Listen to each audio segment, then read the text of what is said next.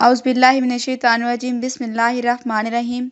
Viewers, آج کا ہمارا ٹاپک ہے رسولوں کے جھٹلانے والے کفار کی کیا مثال ہے۔ بھلا وہ شخص جو مردہ یعنی ایمان سے محروم تھا، پھر ہم نے اسے ہدایت کی بدولت زندہ کر دیا اور ہم نے اس کے لیے ایمان و معرفت کا نور پیدا فرما دیا۔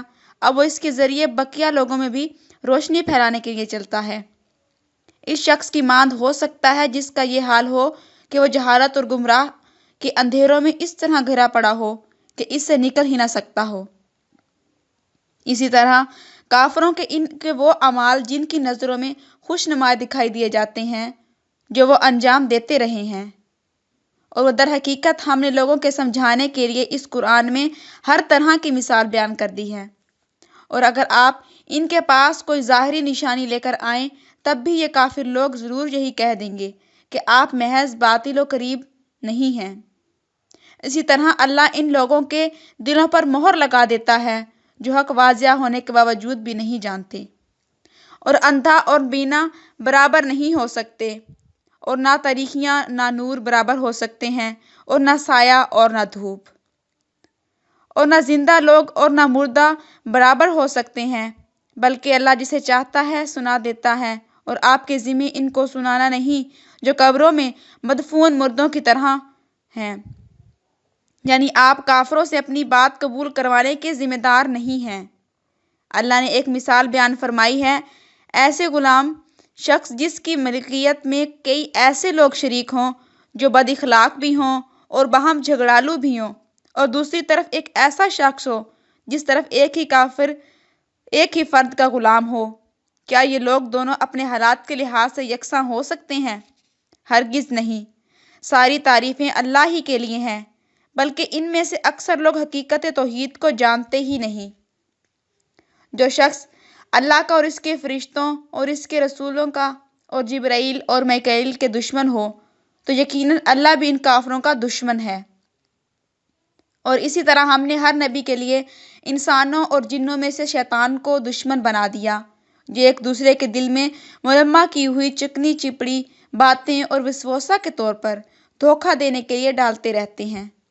اور اگر آپ کا رب انہیں جبراً روکنا چاہتا تو وہ ایسا نہ کر پاتے، سو آپ انہیں بھی چھوڑ دیں اور جو کچھ وہ بہتان باندھ رہے ہیں اسے بھی۔ اور اسی طرح ہم نے ہر نبی کے لیے جرائم و شرار لوگوں میں سے ان کے ہر دشمن بنائے تھے، جو ان کے پیغمبرانہ مشن کی مخالفت، اور اس طرح حق و باطل قوتوں کے درمیان تضاد پیدا ہوتا جس سے انقلاب کے لیے سازگار فضا تیار ہو جاتی۔ اور آپ کا رب ہدایت کرنے اور مدد فرمانے کے لیے کافی ہے۔ اور بے شک ہم نے موسیٰ علیہ السلام کو کتاب تورات عطا کی، اور ان کے بعد ہم نے پے در پے بہت سے پیغمبر بھیجے، اور ہم نے مریم علیہ السلام کے فرزند عیسیٰ علیہ السلام کو بھی روشن نشانیاں عطا کیں، اور ہم نے پاک روح کے لیے ذریعے اس کی تائید اور مدد کی۔ تو کیا ہوا جب بھی کوئی پیغمبر تمہارے پاس احکام لایا جنہیں تمہارے نفس پسند نہیں کرتے تھے تو ہم وہیں اکڑا گئے، اور بعض کو تم نے جھٹلایا اور بعض کو تم قتل کرنے لگے۔ یقیناً جو لوگ اللہ کی آیتوں کا انکار کرتے ہیں اور انبیاء کو ناحق قتل کرتے ہیں، اور لوگوں میں سے بھی انہیں قتل کرتے ہیں جو عدل و انصاف کا حکم دیتے ہیں، سو آپ انہیں دردناک عذاب کی خبر سنا دیں۔ بے شک اللہ نے ان لوگوں کی بات سن لی جو کہتے ہیں کہ اللہ محتاج ہے اور ہم غنی ہیں۔ اب ہم ان ساری باتوں اور ان کا انبیاء کو حق قتل کرنا بھی لکھ دیتے ہیں، اور روز قیامت فرمائیں گے کہ اب تم جلا ڈالنے والے عذاب کا مزہ چکھو۔ پس انہیں جو سزائیں ملی وہ ان کی اپنی عہد شکنی پر اور آیت الہی سے انکار کے سبب، اور انبیاء کو ان کے ناحق قتل کر ڈالنے کے سبب، نیز ان کے باعث کے سبب یہ کہ ہمارے دلوں پر غلاف چڑھے ہوئے ہیں۔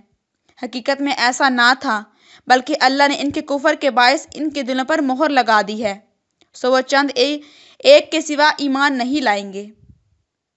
بے شک ہم نے بنی اسرائیل سے عہد بھی کر لیا، اور ہم نے ان کی طرف بہت سے پیغمبر بھی بھیجے، مگر جب بھی ان کے پاس کوئی پیغمبر ایسا حکم لایا جسے ان کے نفس نہیں چاہتے تھے تو انہوں نے انبیاء کی ایک جماعت کو جھٹلایا اور ایک کو مسلسل قتل کرتے رہے، اور وہ ساتھ یہ خیال کرتے رہے کہ انبیاء کے قتل و تکذیب سے کوئی عذاب نہیں آئے گا، سو وہ اندھے اور بہرے ہو گئے تھے۔